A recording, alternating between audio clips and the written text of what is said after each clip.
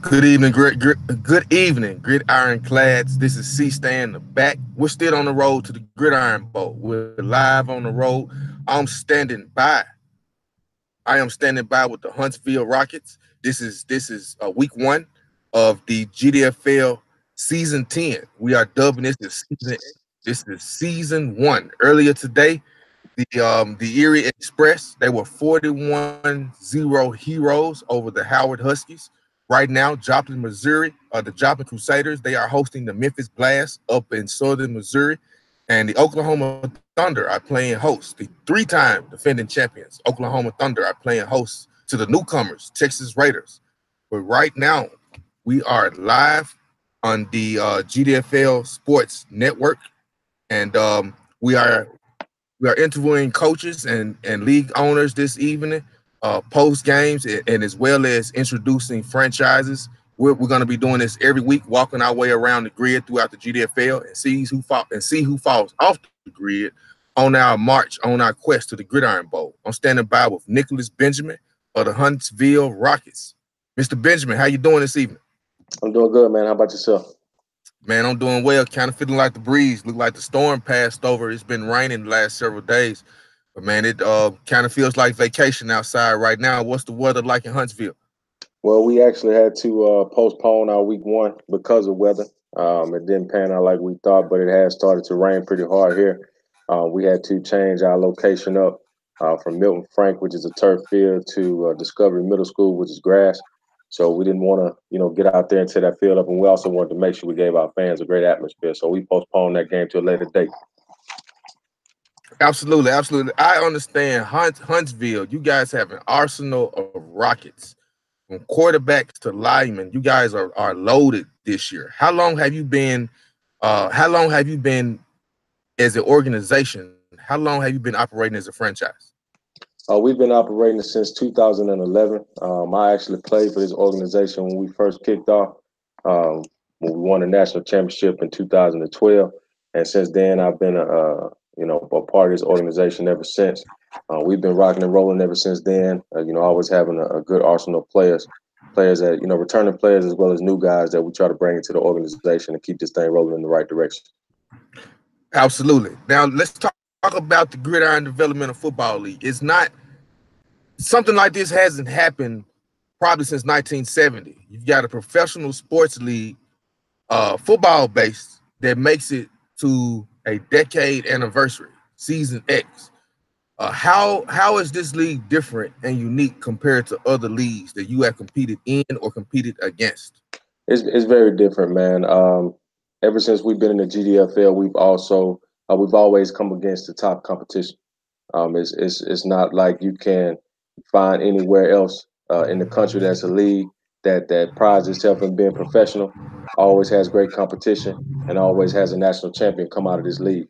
So if you're looking to play the best of the best, this is the league for it. Absolutely, absolutely. Now, franchise per franchise, we are in 14 different cities. We're all the way from Oklahoma down to East Texas and Houston, Jacksonville, Florida, all the way up to Erie, Pennsylvania, at the Great Lakes region of the country. Each franchise has a unique attachment to the community. How does the Huntsville Rockets? How do you guys engage in your local community? We do a lot of things. Last year we had a couple of events. We partnered with the Buds organization that deals with kids and Down syndrome.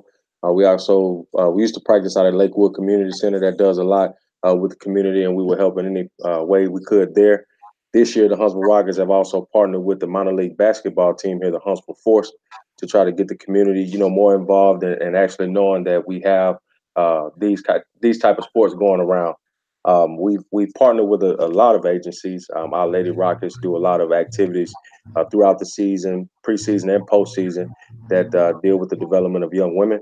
And we also just want to just keep this thing going. Actually, tonight we had Tyrone Powell, which is a motivational speaker, come and talk with our team and their families, just trying to get the community more involved in knowing what we have going on. Man, it's second to none organization here. We try to keep it like that.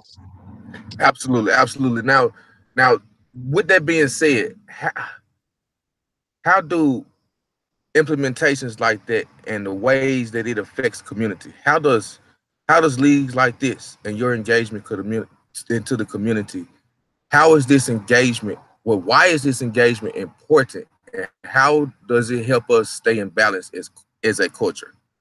It's very important, man, because it all starts with the guys. It all starts with the guys that you have on your team because, like I said, this is not college. This is not high school. This is not, the NFL. These guys are out there for the love of the game. They're putting their bodies on the line to play a game that they love and try to put a show on for our fans. So it starts with those guys and kind of trying to get out into the community and show them that there are ways, other ways to play the game that you love, have fun.